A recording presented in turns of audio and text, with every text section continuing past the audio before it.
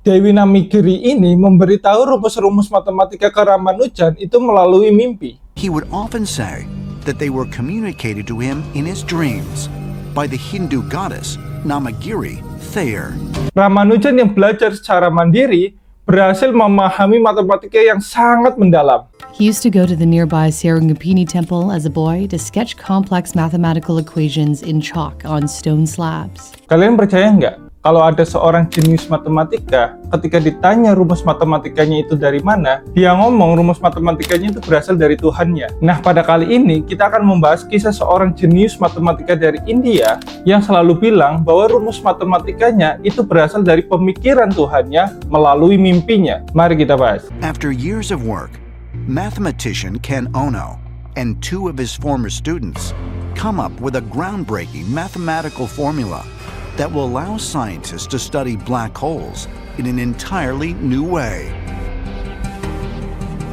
Incredibly, they achieved this feat by studying a single paragraph written by an Indian mathematician over 9 decades earlier, Srinivasa Ramanujan.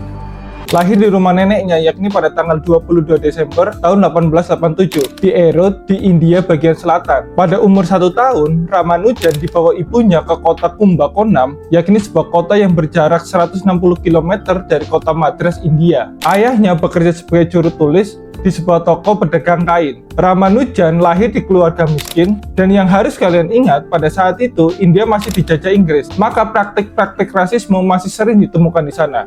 Srinivasa Ramanujan was born in Erode, India on December 22nd, 1887, and was considered a miracle child because he was the only one of his mother's 4 children to survive infancy.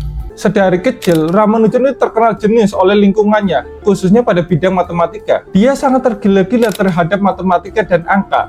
Bahkan ketika beribadah ke sebuah kuil, alih-alih dia beribadah, dia malah sibuk mencoret-coret lantai kuil dengan rumus matematika yang kompleks. Pada usia 15 tahun, dia memperoleh sebuah buku kopian yang ditulis oleh George Cubridge Cars yang berjudul Synopsis of Elementary Results in Pure and Applied Mathematics, yang isinya adalah ribuan teorema matematika yang deskripsi pembuktiannya itu sangat singkat. Tapi dengan satu buku ini aja, Ramanujan yang belajar secara mandiri berhasil memahami matematika yang sangat mendalam. He used to go to the nearby Sarangapani temple as a boy to sketch complex mathematical equations in chalk on stone slabs. As a teen, he got his hands on a copy of this book of math theorems by British mathematician George Carr. It was meant as a teaching aid for students. However, many students actually struggled to read this book because it listed answers without showing the steps to get there. Pada tahun 1903, Ramanujan itu sebenarnya mendapatkan full beasiswa untuk berkuliah di Government Art College di Kumbakonam. Tapi beasiswa ini akhirnya dicabut. Karena kenapa? Karena Ramanujan itu terlalu fokus kepada matematika dan meninggalkan semua pelajaran lainnya. Emang Ramanujan ini agak sinting, dia terlalu tergila-gila pada matematika. Nah, pada tahun 1906, Ramanujan itu kembali memberikan kesempatan untuk masuk kuliah. Dia mau masuk ke University of Madras. Tapi yang namanya kuliah kan ada tes masuknya tuh. Dan tes masuk nggak cuma matematika. Dia memang lolos dengan nilai yang sangat memuaskan untuk pelajaran matematika, tapi nilai tes lainnya benar-benar buruk. Emang saking gilanya dia kepada matematika. Jadinya ya, dia gagal untuk masuk ke University of Madras. You see, there are patterns in everything. The color in light, the reflections on water. In math, these patterns reveal themselves in the most incredible form. It's quite beautiful. Hingga pada akhirnya tahun 1909, Ramanujan itu menikah karena sudah dijodohkan oleh orang tuanya. Karena sudah resmi menikah, mau nggak mau Ramanujan tuh harus mencari pekerjaan tetap. Tapi walaupun Ramanujan punya skill matematika yang sangat bagus, karena dia tidak pernah kuliah sehingga dia tidak punya ijazah, maka Ramanujan itu kerap ditolak ketika mencari kerjaan. Apalagi isu rasisme di sana itu masih sangat tinggi karena pada saat itu India itu masih pada cengkraman penjajahan Inggris. Namun setelah mencari-cari kerjaan ke sana kemari, Ramanujan itu akhirnya diterima di Madras Port Trust sebagai juru tulis. But it wasn't long before he had to find a job.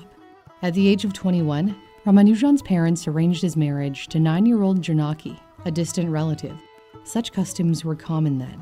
He began working as an accounting clerk at the port of Madras, a big shipping hub known today as the port of Chennai. Nah, setelah Ramanujan bekerja di Madras Port Trust, kepala akuntan dari kantor ini itu mulai mengenali bakat matematika pada Ramanujan. Nah, hingga pada akhirnya pada tahun 1911, Ramanujan itu berhasil mempublikasikan paper matematikanya di Journal of the Indian Mathematical Society. Nama kepala akuntan di Madras Port Trust ini itu bernama S.N. Iyer. Nah, Pak Iyer ini itu ternyata juga seorang matematikawan yang cukup jago. Sehingga dengan relasinya, Pak S.N. Iyer ini bisa membantu Ramanujan untuk mengembangkan bakat matematikanya.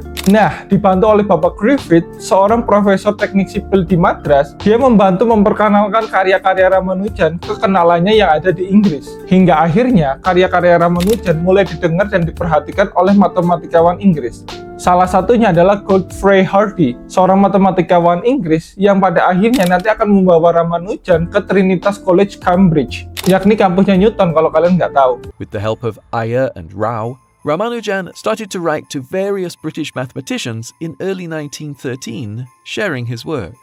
And while most either ignored his letters or were unimpressed due to his lack of formal education, the British mathematician G.H. Hardy was stunned. Nah, pada tanggal 30 April tahun 1914, Ramanujan pada akhirnya tiba di Trinitas College, Cambridge atas undangan Bapak Hardy ini. Nah, dari titik ini, kolaborasi kedua orang ini, Ramanujan dan Bapak Hardy, nantinya akan menghasilkan karya-karya matematika yang sangat luar biasa. Namun, awal-awal Hardy bertemu dengan Ramanujan, walau Ramanujan memiliki kejeniusan yang luar biasa pada matematika, Hardy ini agak bingung karena kurangnya pendidikan formal pada Ramanujan. Karena bagi Hardy, ketika sebuah rumus matematika itu diciptakan, itu harus ada pembuktian step by step-nya, sehingga rumus itu bisa dibilang sebagai teorem matematika karena sudah terbukti. Sedangkan bagi Ramanujan, ketika dia menuliskan sebuah rumus matematika, bagi Ramanujan ya sebuah rumusnya seperti itu. Karena Ramanujan sering bilang bahwa rumus-rumus yang dia tulis itu adalah hasil dari pemikiran Tuhannya. Sehingga dari situ sering muncul perdebatan antara kedua orang ini. Karena bagi Ramanujan, rumus-rumus tersebut ya sudah nggak perlu pembuktian lagi. Nah, ingat nggak kalian pada kuil yang tadi udah disebut? Itu loh, kuil yang sering Ramanujan coret-coret lantainya untuk menuliskan rumus-rumus kompleks di dalamnya. Nah, di kuil itu terdapat patung Dewi Namigri, yakni dewi yang dianggap sebagai dewi kekayaan dan keberuntungan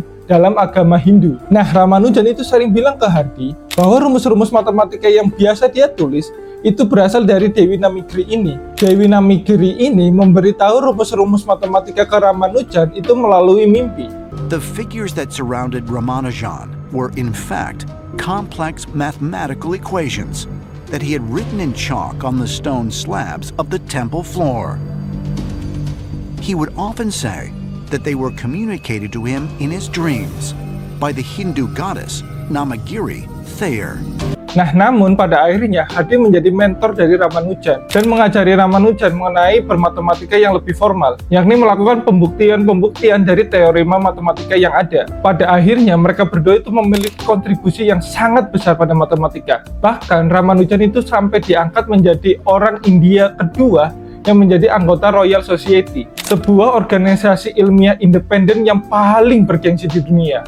Bahkan ilmuwan-ilmuwan terkenal seperti Newton, Darwin, dan Hawking pernah menjadi anggota dari organisasi ini. Kontribusi Ramanujan dan Hardy itu ada beberapa, seperti ada Hardy-Ramanujan formula, yakni sebuah rumus pendekatan untuk menghitung seberapa banyak sebuah angka itu memiliki partisinya. Partisi itu sendiri adalah banyak cara untuk menulis penjumlahan dari sebuah angka. Lalu ada paper yang membahas tentang fungsi eliptik pada teori bilangan. Lalu Ramanujan juga membahas tentang sifat-sifat dari bilangan komposit.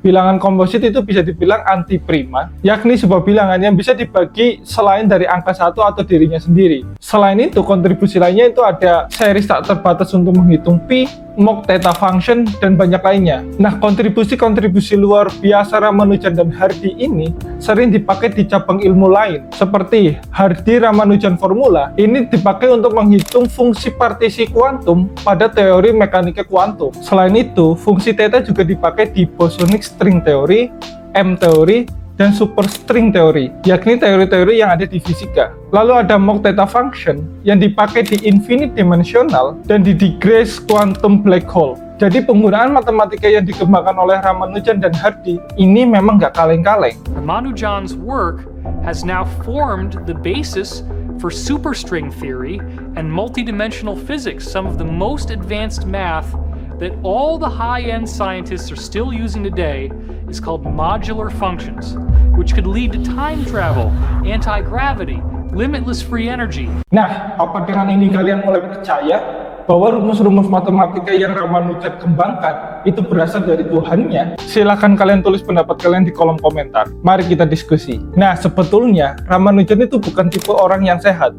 Maksudnya, sebelum dia berangkat ke Inggris, dia itu sebenarnya itu sering sakit-sakitan. Nah, pada tahun 1919, ketika dia masih di Inggris dengan Dr. Hardy, kesehatannya itu semakin menurun. Belum lagi dia itu terpisah sangat jauh dengan keluarganya, apalagi dengan istri tercintainya. Sehingga pada tanggal 27 Februari tahun 1919, dia itu memutuskan untuk pulang ke India, sehingga dia bisa dirawat oleh orang tuanya dan bertemu dengan istri tercintainya. Tapi sayangnya setahun kemudian, atau tahun 1920, Ramanujan itu akhirnya meninggal dunia di usia 32 tahun setelah sering dilanda berbagai penyakit.